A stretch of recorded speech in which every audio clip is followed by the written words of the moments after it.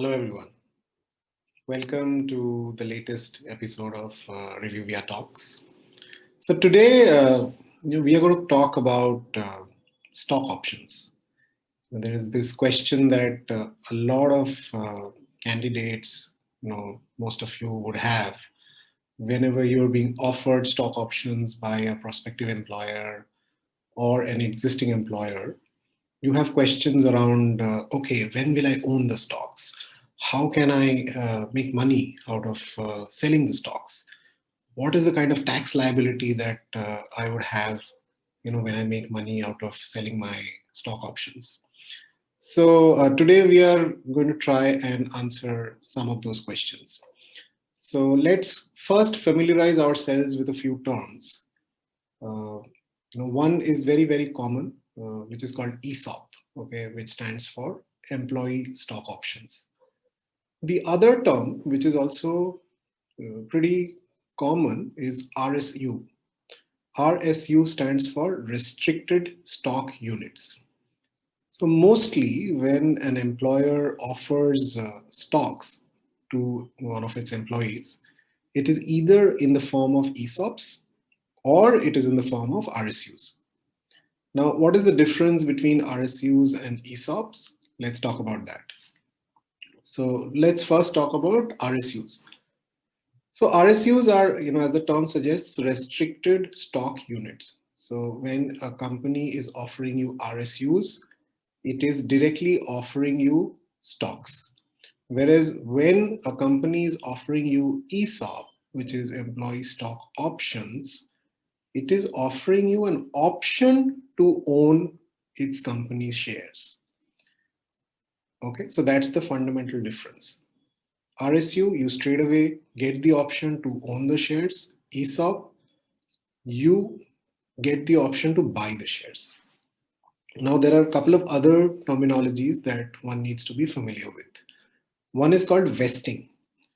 Okay, so you must have heard this term called vesting schedule or vesting period. So what is vesting? Vesting is when an employee becomes eligible to own the shares. Okay, so typically you would see an employer offers a new candidate, stocks, and there is a schedule to it that okay, if you are offered 100 stocks or 100 shares over a period of 3 years, there are tranches that okay, after completion of first year you would own 25% of those 100 shares. After the completion of second year you would own another 30%, and at the completion of the third year you will own the rest. So that is called the vesting schedule. The other term is exercising, okay, so which is relevant in the case of ESOPs. Is once you have completed your vesting schedule, you don't automatically own the shares. You get an option to exercise your right to own the shares. So that's what they mean by exercise. Now, what is the fundamental difference between ESOP and RSU in terms of the price of the share? Is in case of RSUs, basis the vesting schedule, whatever is the price of the share, you directly own those number of stocks at that price.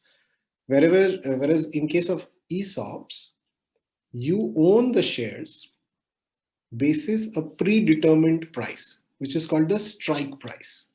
Okay, so you are offered, let's say, shares at the rate of $10 per share, irrespective of what the market price or the actual price of the share is, at the time of your vesting.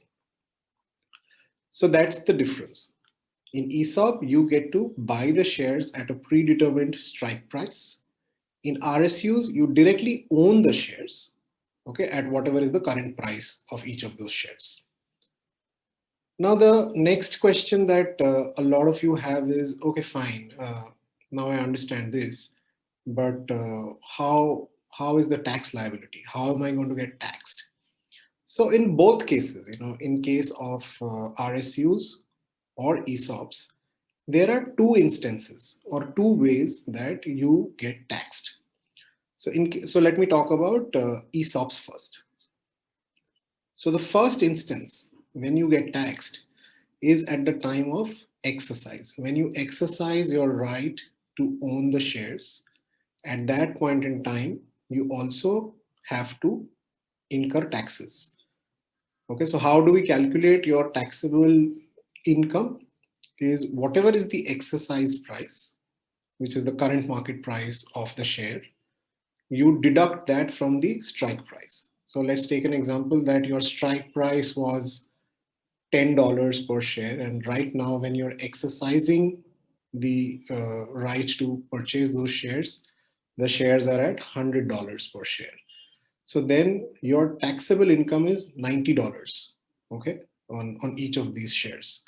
And $90 would be taxed as per the income tax slab that you fall under. Okay, that's the first instance when you get taxed. The second instance when you get taxed is when you actually sell the shares in the market. So how do you calculate your tax liability there? Is whatever is the selling price. So continuing the same example, let's say by the time you sell those shares after 1 year or 2 years of exercising them, each of those shares are $200 a piece. So how do you calculate your tax liabilities? Whatever is your profit, which is you owned the shares or bought the shares at $100. Now you're selling them at $200. So you're making a clear profit of $100 per share. So this is your profit, and that gets taxed as capital gains. Okay, depending on the time that you have held the stocks, it will be either long term or short term capital gains. And whatever is the percentage of tax applicable at that point in time, you would have to pay that much of tax against the money that you have made. Okay. And similarly for RSUs, the only difference is there is no separate exercise price and strike price. Pretty much your exercise price is the price that you get taxed on. There is no strike price. So, in this case, if you are owning the share, which is $100, when you're owning it, then your $100 are the income, and you will be taxed basis the income tax slab that you fall under. Okay. So I hope the taxation aspect is clear. Now, the most fundamental question that a lot of people have, which is more relevant to employees who are part of startups or unlisted companies, is when can I sell my shares? Okay, how do I make money really? So I will give you the answer. When you are in a listed company, when it's a publicly listed company, it is very easy to sell the shares. Let's say if I own stocks of Amazon today, it is a publicly listed company. I can very easily go ahead and sell my stocks on the stock exchange and make money. However, if you are owning stocks of an unlisted company, which is not publicly traded in any stock exchange, then you can't make money or you can't sell, as and when you want. You have to wait for an event. So the event can be that the company is uh, raising a new round of funding.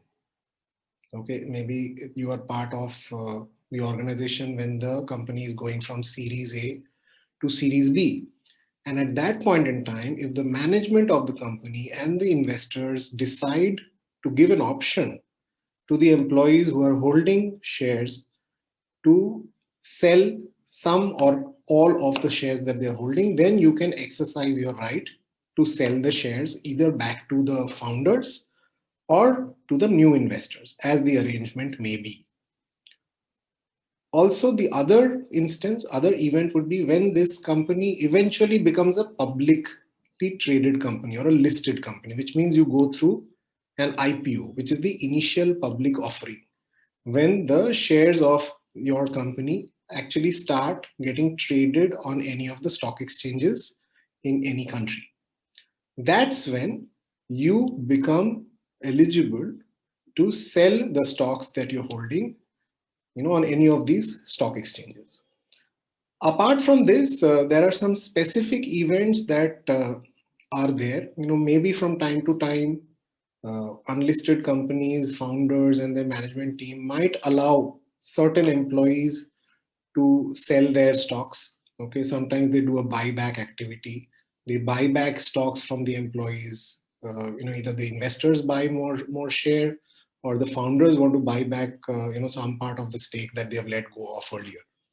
So those are the events which will allow you to sell your shares. So when you are part of an unlisted company, you also need to understand the fact that just because you own X number of shares, they cannot be liquidated as and when you want. You also should understand that it is subject to you being part of the company during these events, that you will actually be able to make money and monetize out of the shares that you're holding. Okay, so that's it. I hope this talk would be useful for you, and some of your concepts about employee stock options and how do you actually make money, how much tax you pay, have gotten answered through it. Thank you so much. Thanks for listening. And everyone, take care. Have a good day. Bye bye.